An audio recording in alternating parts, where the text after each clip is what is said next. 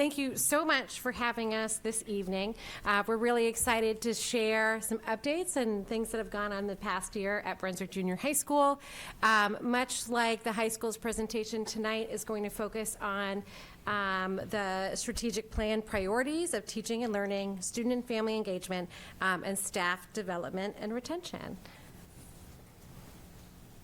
So to start with teaching and learning, as I'm sure you know, we spoke about this last year. We have 6 teams at the junior high school, 2 at each grade level. Each team is comprised of 4 core teachers, but the team also has 8 teachers total, including special education teachers and also DST teachers, which includes phys ed, art, music, foreign language, health, and so that team really works together quite closely.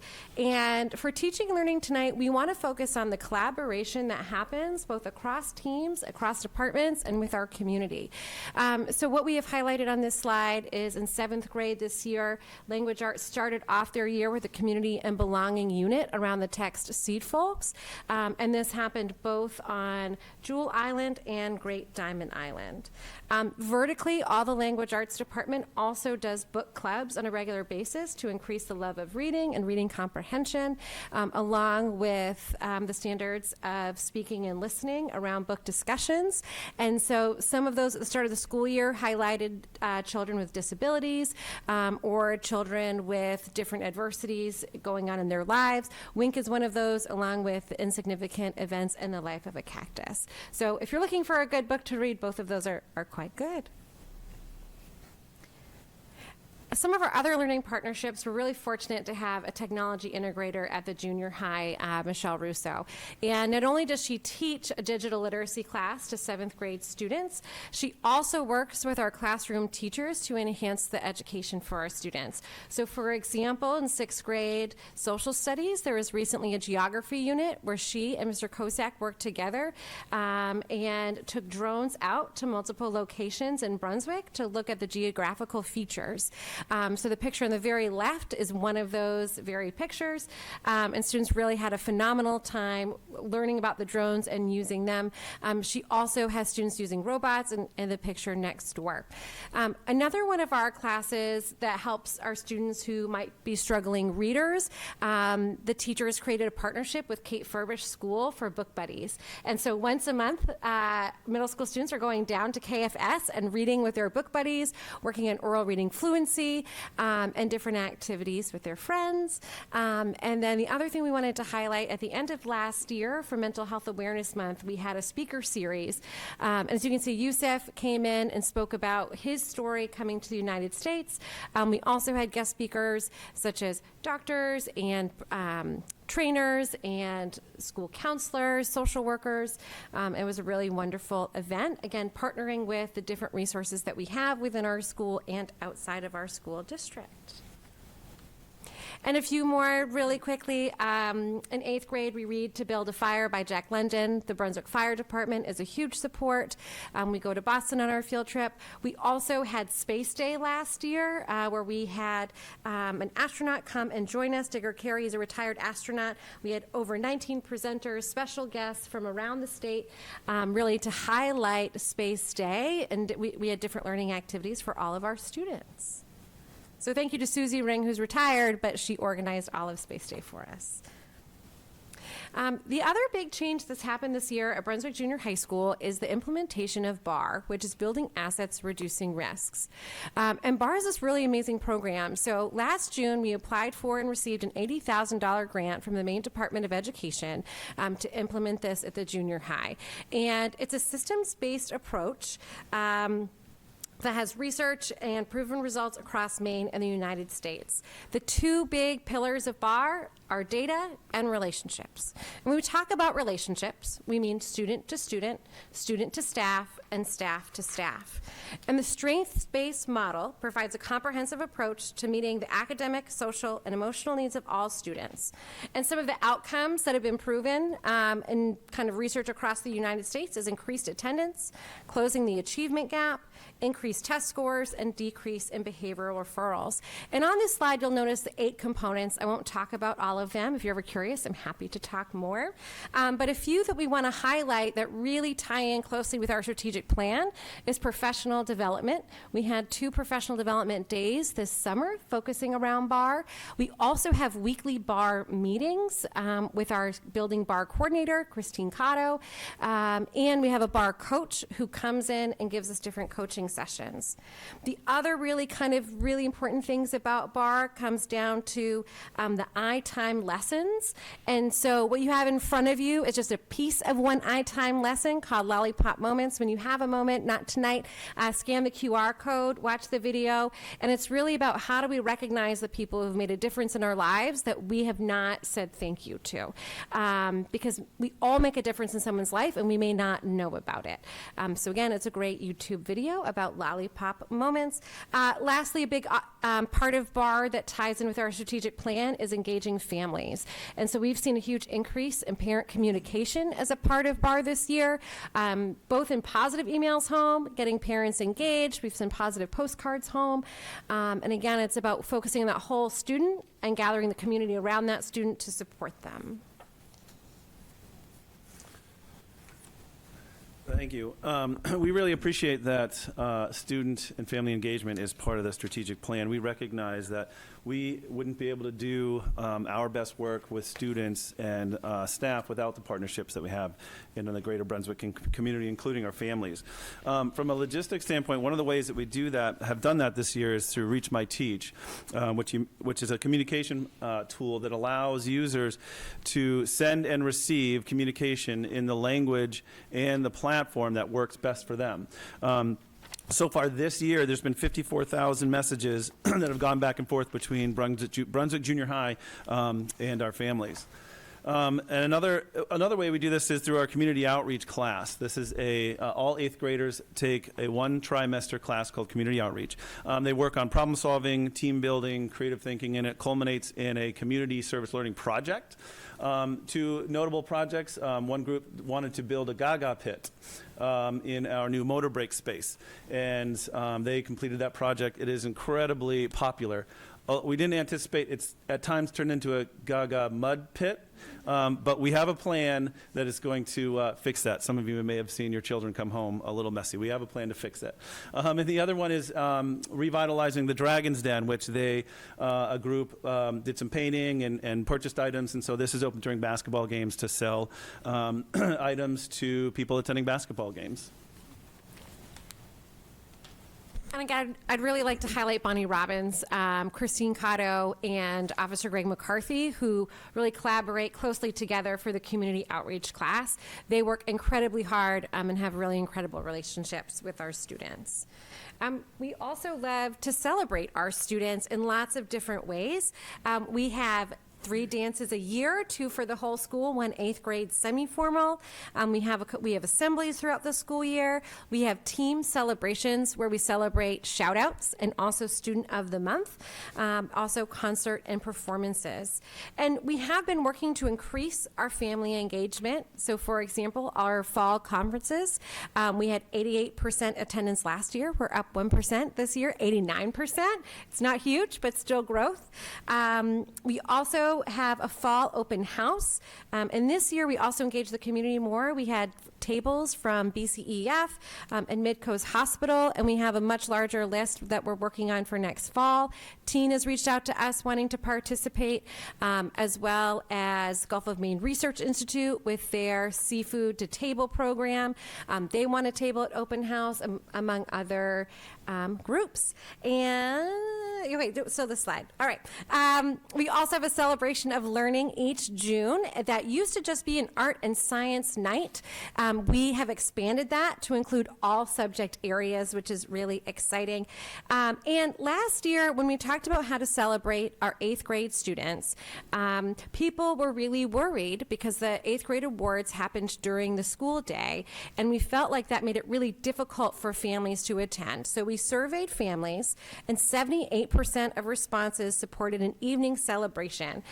We had this really amazing turnout last June, and we've already talked about ways to improve it and expand the ways that we celebrate all students. So we're working on it, and we really love it. We'll also point out clubs and extracurriculars and athletics are really strong at the junior high. We've seen an overall increase in participation over the last few years across the board. So far this school year, over 325 individual students have participated in some extracurricular activity. We have many students that participate in a whole bunch. But that's 65% of our student body. And art club hasn't even started yet, which is really pretty popular as well. We've seen an increase in teams that are being coached by staff members.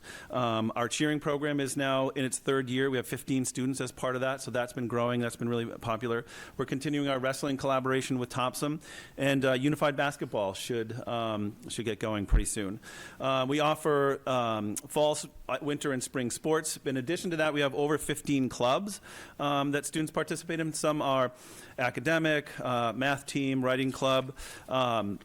Some are visual and performing arts clubs, including like wind ensemble, jazz band, our musical production, which draws a lot of students, and some other ones, tabletop gaming, yearbook, and a really great club, Whose Crime Is It Anyway Club, which was new this year. It seems pretty neat. And then another piece of community engagement for us is all of our community partners.